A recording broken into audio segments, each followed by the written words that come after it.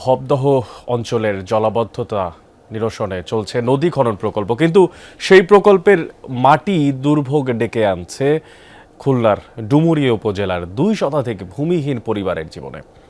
নদী থেকে তোলা মাটি আবার ফেলা হয়েছে সরকারি আশ্রয়ন প্রকল্পের ঘরের গা ঘেঁষে, আর এতে ঘর ভেঙে 1.5 শতাধিক পরিবার খোলা আকাশের নিচে বসবাস করছে। আর যাদের ঘর ক্ষতিগ্রস্ত হয়েছে তাদের দিন কাটছে আতঙ্ক নিয়ে। আর ডুমুরিয়া ঘুরে এসে বিস্তারিত তথ্যপাত্র সহকর্মী শেখ আল এহসান ছিলেন ক্যামেরায় এবং আমির হোসেনকে সাথে নিয়ে জানাচ্ছেন বিস্তারিত।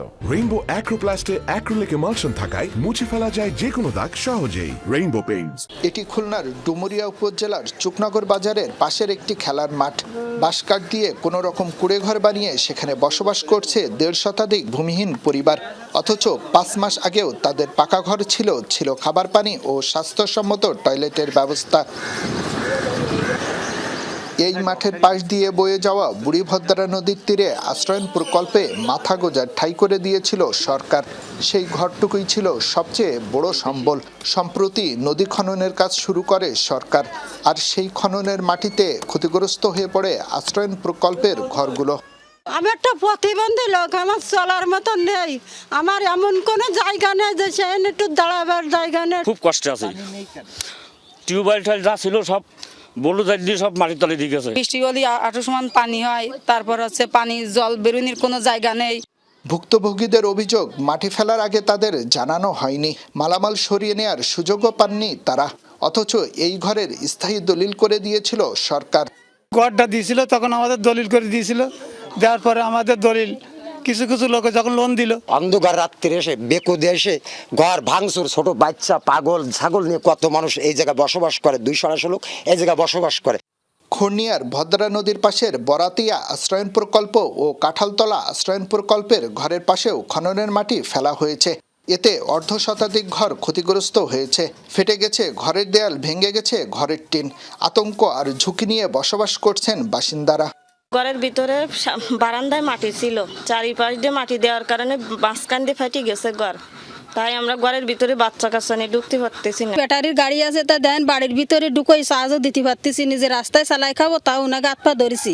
প্রকল্প সংশ্লিষ্টরা জানিয়েছে, যশোর ও খুলনার ভবদহ অঞ্চলের জলবদ্ধতা নিরসনে আপার ভদ্রা সহ 5টি নদীর 81.5 কিলোমিটার পুনঃখননের উদ্যোগ নেয় অন্তর্বর্তী সরকার। সেই কাজ এখনো চলছে। স্থানীয়দের অভিযোগ, নদীর চর ভরাটিয়া জায়গা নিয়ম বহির্ভূতভাবে খাস জমি দেখিয়ে আশ্রয়ন প্রকল্প গড়ে তোলা হয়েছিল। চুকনগর বাজারে 80টা ব্যারাক এবং 65টা এই বিগত সরকারের আমলে যে 65টা ঘর, মোট 125টা ঘর। এই 125টা ঘর একটা ঘর ভাঙতে বাকি নেই। শুধু ভাঙা না, সেই ঘরের কোনো অস্তিত্ব নেই। আশ্রয়ন প্রকল্পগুলো রক্ষা ও ক্ষতিগ্রস্ত ঘরের ব্যাপারে কোনো কথা বলতে রাজি হননি ডুমুরিয়া উপজেলা নির্বাহী কর্মকর্তা।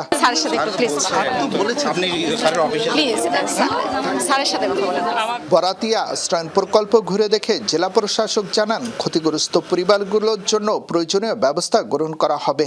যেখানে সমস্যা রয়েছে আমি সংশ্লিষ্ট যারা রয়েছেন তাদের সাথে কথা বলবো, এবং আমরা সবসময় চেষ্টা করব যাতে যারা